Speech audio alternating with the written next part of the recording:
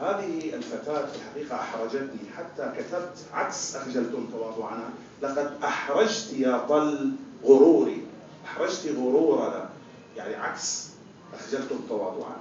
كل ما أكتب مقال، أنا معارض منذ أكثر من 30 سنة، محكوم بالإعدام وعمري 17 سنة إلا شهرين، ولي سابقة في مقاومة حافظ أسد بكل المجالات، ومن الذين أعدوا لهذه الثورة المباركة طبعا الذين انتفضوا هم في سوريا لسنا نحن، ولكن حاولنا وعملنا عن طريق المقالات والفيسبوك.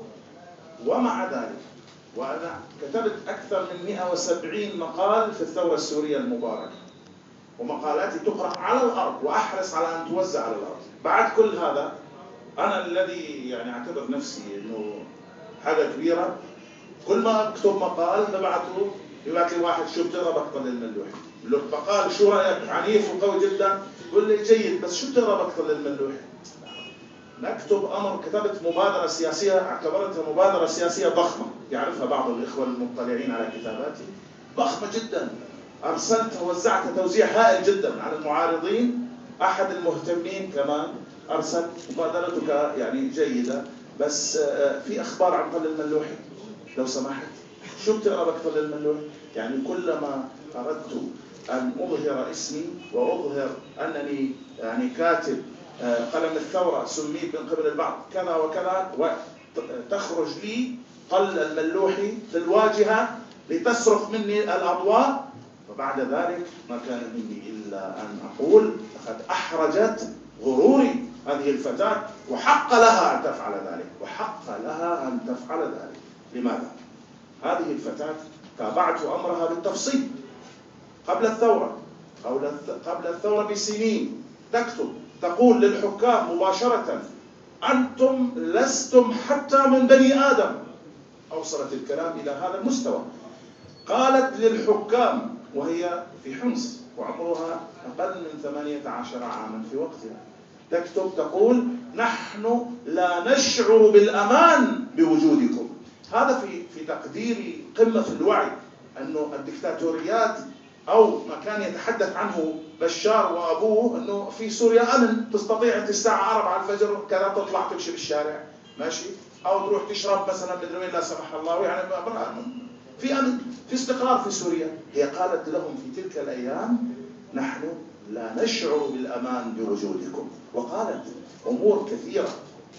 هذه الفتاة كانت تراجع أمن الدولة في حمص والأمن العسكري، وهذا الفرع يعني يوهمها بأنه ليس له علاقة مع الفرع الآخر، ويحققون معه برفقة أبيها في بعض الأحيان ووحدها في أغلب الأحيان، يحققون معها تحقيقات طويلة لساعات تعود لبيتها. في النهاية خرجت إلى مصر هي وأبوها هربا من هذا الوضع الذي يعني عاشته في سوريا. في مصر رتبوا لها ترتيب معين، حاولوا استمالتها عن طريق الضغط وكذا، وهنا شخص كان مسؤول عن السفارة، وبعد ذلك لفقوا له قضية، عادت إلى سوريا فاعتقلت، أبقوها في المعتقل حتى بلغت 21 يعني كسن قانونية وحكمت.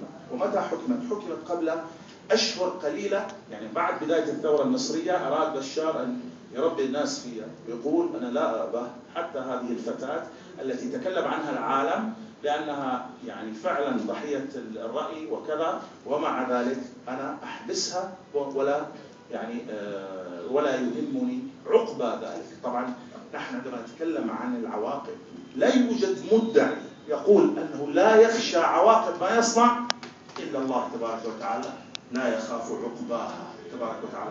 لكن أنا أفعل ذلك ولا يهمني.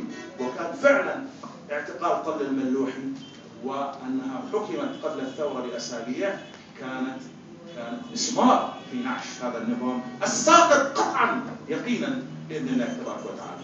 وبعد ذلك كانوا أطفال درعا، فكانت طل شرارة وأطفال درعا شرارة، ثم تتالت الشرارات في سوريا حتى انتفضت سوريا. من يظن أن هناك أمل لهذا النظام بأن يبقى 1% فلينظر جيدا إلى الخريطة. امتداد الثورة هذا الامتداد يحيط برقبة هذا النظام بشكل مخيف لا يمكن لأي خبير سياسي أو عسكري أو استراتيجي أن يقول أن لهذا النظام حظ 1% في البقاء. هو ساقط أسد هو يتساقط. إذا تساءلت عن أنه يتساقط، لأن هذا النظام تغلغل في داخل الإدارات السورية وداخل نقول النسيج السوري مرة أخرى حتى ندخل في متاهات الألفاظ، ولكن هذا النظام مع الأسف لم يسقط وإنما يتساقط. هذه الانشقاقات، هذه التداخلات والانهيارات التي تحصل هي التساقط. طبعا مع تساقط النظام تتساقط قوة الجيش السوري، طبعا تتساقط. قمنا اليوم نفرح عندما نرى دبابة تفجر من الجيش السوري الحر. يا للألم، يا للألم، دفعنا الثمن من أموالنا ثمن هذه الدبابات، واليوم نفرح لأنها تدمر، لأن هذه الدبابات تستخدم في قمعنا. إذا نحن نتكلم عن الفتاة التي أحرجتني، حتى أني بعد ذلك حتى إذا سئلت يكون لدي معلومة فأوجدت الصلة مع أقربائها الذين يزورونها حتى أعرف إذا سئلت بقول له مقالي وراء مقالي وأنا حطمت الدنيا بمقالي، مش بقول لي وقال شو أخبارك. ففعلا حصلت على صلة توصل لي الأخبار عن طل، وآخر صلة قالت لي بأنها بخير ولكن ضعفت كثير، تلبس الأسود، لأن العميد الذي كان يدير السجن قتل، أخذه النظام اختطفه وقتل، لأنه كان متضامنا معها متعاطفا معها، يمنع أي تعذيب يعني أن يصل إليها. فكانت حزينة على مقتله لهذا العميد لا أذكر اسمه، وكانت يعني في حالة يعني ضعف وهزال شديد. هذه آخر أخبار عن طل الملوح التي هي يعني كانت في وقت سكت فيه الجميع تكلمت هذه الفتاة واتهمها النظام. حتى لا أطيل عليكم، من حق طل الملوح أن نكشف أمر مهم جدا. النظام نظام عصابات بكل معنى الكلمة، تحدث الجميع عن ذلك، لكن أنت لا تعلم ما معنى نظام عصابات إلا إذا وقعت في براثنه. إذا كنت أنت مثلا في وزارة وكنت شديد الدقة وأمين جدا يا أخي في الحسابات، فإذا تورطت مع النظام فيأخذك غير التعذيب، في هناك تعذيب نفسي، أن من مأمنك يأتيك، فأنت أمين جدا فيلفق لك قضية السرقة وأنك حرامي درجة أولى، ولفق لك قصة يعني موثقة بأدلة مزورة مرتبة، ويسجنك بتهمة السرقة.